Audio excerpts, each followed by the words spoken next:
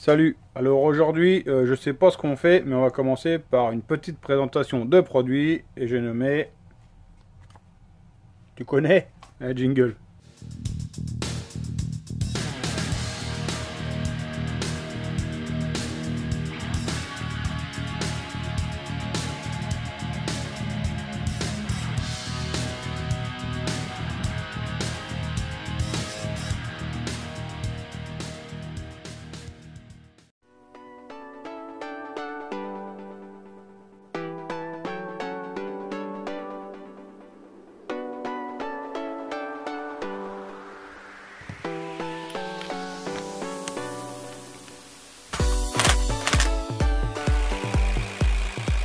Voilà, comme tu le vois, donc une visseuse électrique. Alors il y en a à tous les prix.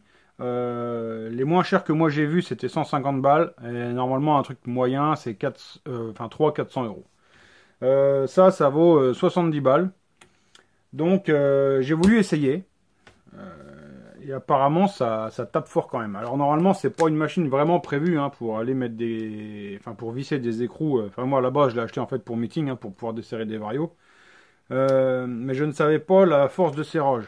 Parce qu'en fait, si tu veux, sur un vilebrequin cranté, il faut à peu près 4-5 kg de serrage.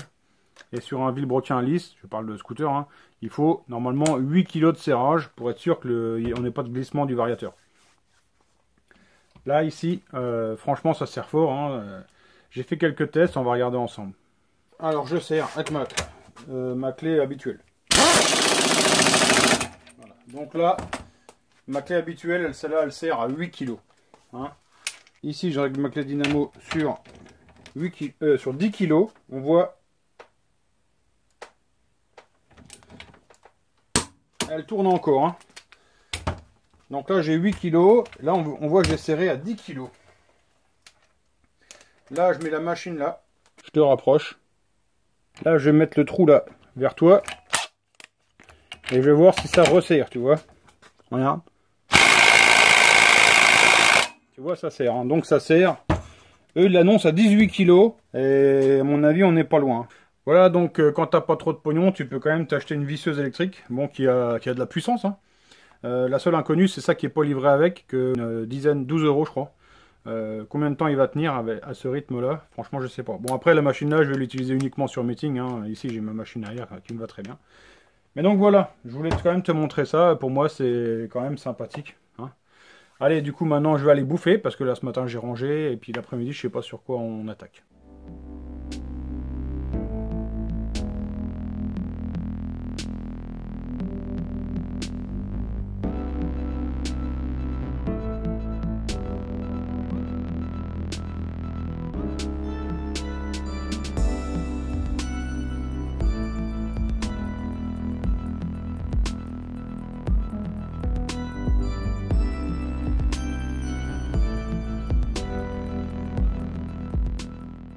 Là, je fais un colis, hein, Carter Neo, j'envoie ça. On entend un peu tout et n'importe quoi là-dessus. Pour moi, ça reste une super jolie pièce. Franchement, c'est de la pièce d'exception, quoi.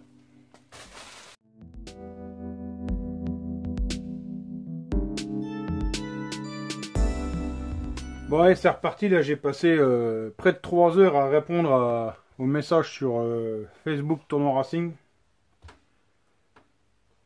Je vais de plus en plus vite, hein. Je ne réponds de moins en moins aux questions des gicleurs sur les carbutes 19, les carbutes 17,5 machin pour aller rouler sur la route, quel pot je mets.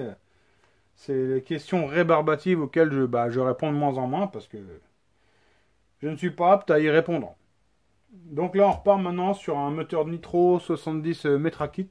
Donc je vais quand même démonter le cylindre pour voir dedans si c'est propre, prendre le switch, prendre le taux avant de mettre en route. Et avant de mettre en route, le souci c'est que là, apparemment j'ai un boîtier CDI, mais j'ai pas la bobine haute tension, ni le antiparasite, tout ça, ça m'inquiète un petit peu. Donc si tu regardes la vidéo, contacte-moi. Allez, je démonte.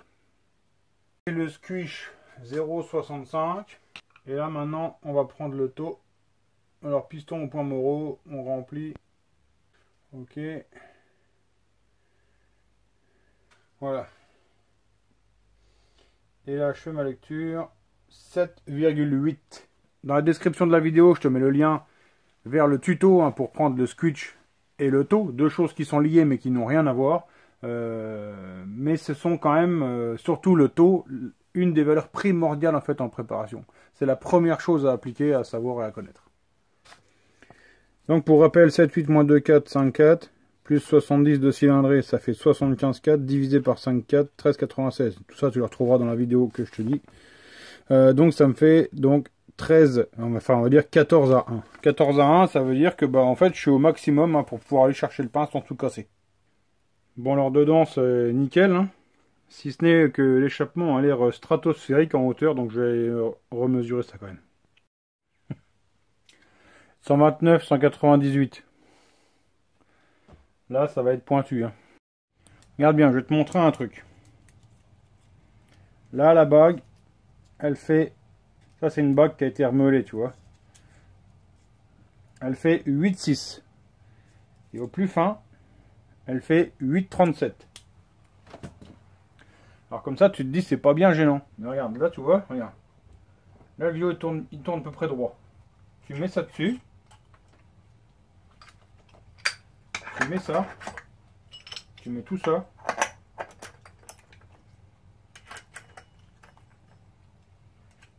Et là, tu serres. Regarde.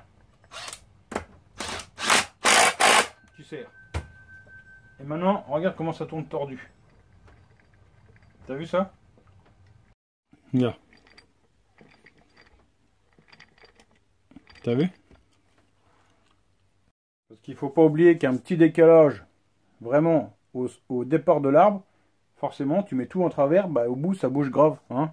T'as vu, là, il y a combien? Il y a 3 dixièmes sur la bague. Et il y a combien en haut? On n'a même pas mis le comparateur, mais il y a... Je sais pas combien, moi. Énormément.